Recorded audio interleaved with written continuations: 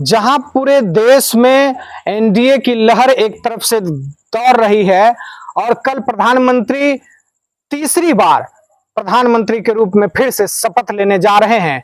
वहीं पे आज हम बात करने जा रहे हैं भारतीय युवा मोर्चा के क्षेत्रीय प्रभारी निशांत सिंह जी से और जानेंगे कि क्या कुछ रहा इस चुनाव में, इस पे आज चर्चा करेंगे।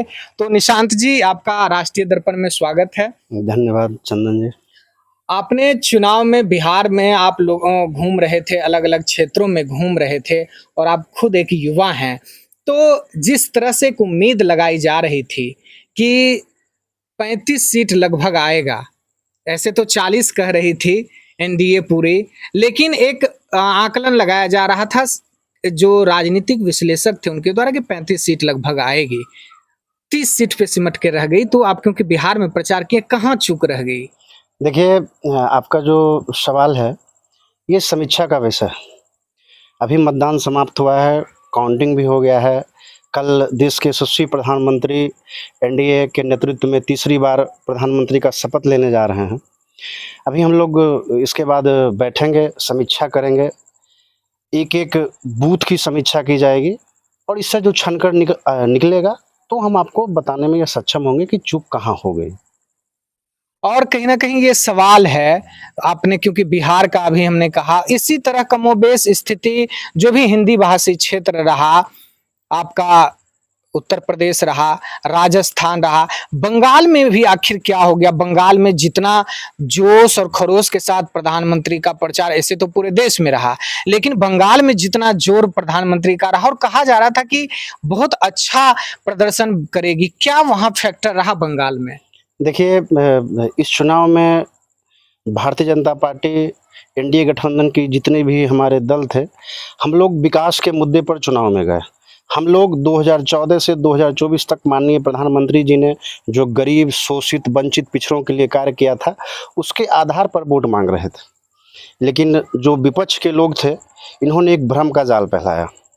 आप देख रहे होंगे पिछले 2 दिन से कई न्यूज़ चैनल में ऐसी तस्वीरें आ रही हैं लखनऊ से कि कुछ महिलाएं एक कार्ड दिखा रही है और वो कार्ड जो है वो कांग्रेस के जो राष्ट्रीय अध्यक्ष हैं खड़गे जी का उसमें सिग्नेचर है और वो कह रही है कि आप लोगों ने यह वादा किया था कि चुनाव समाप्त होने के बाद मैं आप लोगों को 1 लाख रुपया दूंगा।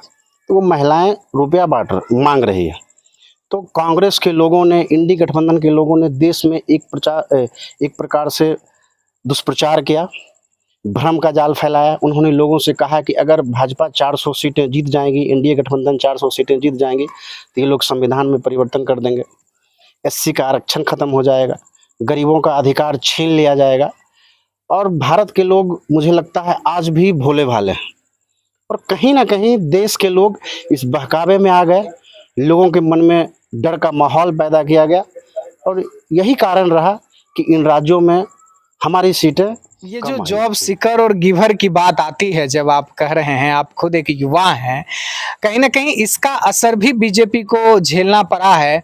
जिस तरह से हिंदी भाषी क्षेत्रों में खास करके सबसे ज्यादा चर्चाएं उत्तर प्रदेश की है कि वहां पे जम करके युवा का विरोध हुआ, जॉब का कोई वहां पे वैकेंसी नहीं आया, जिसके कारण युवाओं ने जमकर करके वोट दिया वहां पे सपा को।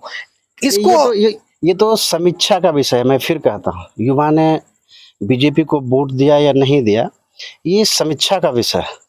और मैं आपसे जैसे देखिए, अगर चुनाव में हमारी सीटें कम हुई, इसका कोई एक फैक्टर नहीं हो सकता। बिल्कुल कई एक कारण हो सकते हैं, क्षेत्रीय रीजन हो सकते हैं, लोगों के अपने पर्सनल रीजन भी हो सकते हैं। और उत्तर प्रदेश जैसे राज्य में मैंने इस चुनाव में एक बात गौर किया कि इस देश में 2 विंग हैं, लेफ्ट विंग और राइट विंग। मैंने पहली बार लेफ्ट विंग को देखा। मैं पहले देखता था तो वो लोग गरीब और अमीर की बात करते थे, लेकिन इस चुनाव में मैंने पहली बार देखा कि लेफ्ट के लोग गरीब अमीर की बात ना करके जाति की बात कर रहे थे। और जाति की बात तो छोड़िए, वो जाति में भी जाति ढूंढ रहे थे। यानी जाति का जादू पूरे देश में चला है। निश्चित रूप से इस चुनाव में जातिवाद विकासवाद पर हावी रहा है और हम लोग इसकी समीक्षा करेंगे। अगर देश की जनता ने हमें जो जनादेश दिया है, देखिए, एनडीए को देश की जनता ने फिर से जनादेश दिया है। इसमें कहीं कोई किंतु परंतु नहीं है। नरेंद्र मोदी जी फिर से देश के प्रधानमंत्री होने जा रहे हैं। अगले 5 साल मोदी की गारंटी का रथ जो है वो फिर से पूरी तेजी से दौड़ेगा। और मोदी जी ने कहा भी था कि 10 साल तो ट्रेलर है, पिक्चर अभी बाकी है, और जो भी कमियां रही होगी हम लोग समीक्षा करेंगे। और इस देश की जनता का विश्वास, देश के युवा का विश्वास, मोदी जी ने कहा है कि देश में सिर्फ 4 ही जातियां, गरीब, युवा, किसान और महिलाएं। निश्चित रूप से हम लोग इन चारों जाति का विश्वास हासिल करने का काम करेंगे। और आने वाले चुनाव में जो 400 पार का नारा था, उस नारे को हम लोग सफल कर करके एक दिखाएंगे। तस्वीरें वायरल हो रही है, बिहार के मुख्यमंत्री नीतीश कुमार जी पे अटकलें बहुत तेज थी, और जब वो तस्वीरें निकल के आई तो उस पे भी चर्चा गर्म है कि अब क्या नीतीश जी करने जा रहे हैं।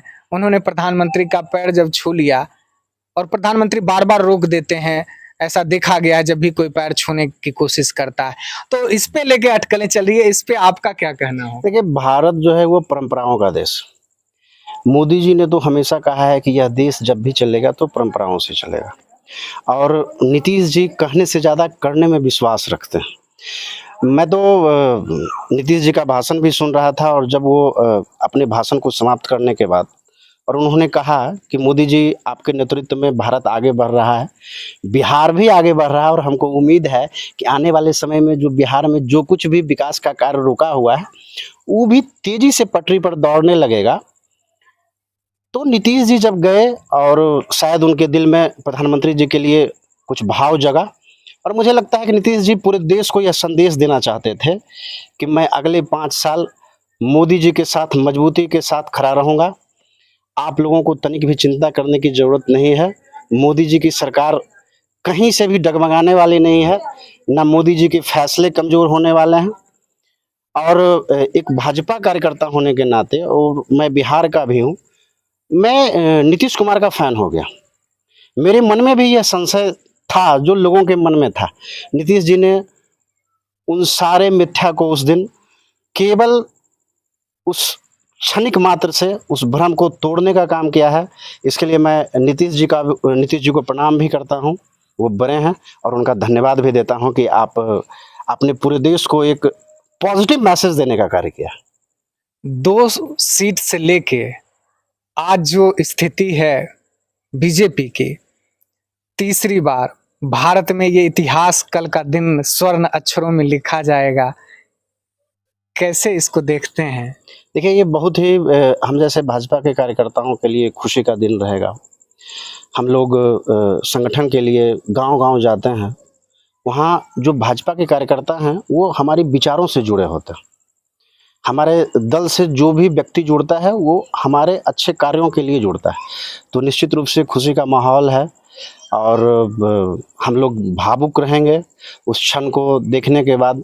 निश्चित रूप से मोदी जी ने जो कहा है, और मुझे लगता है कि यह देश, भारत के लिए भी भावुक का पल होगा। और क्या कहें इसमें, तीसरी बार मोदी जी भारत की सत्ता में, और पूरा विश्व की नज़र मोदी जी पर होगा। और मैं इस देश के लोगों का भी धन्यवाद देना चाहता हूं कि आप लोगों ने मोदी जी के नेतृत्व पर भरोसा जताया है। आगे हम लोग और भी अच्छा करेंगे, और इससे भी ज़्यादा लोगों का भरोसा जीतने का कार्य करेंगे।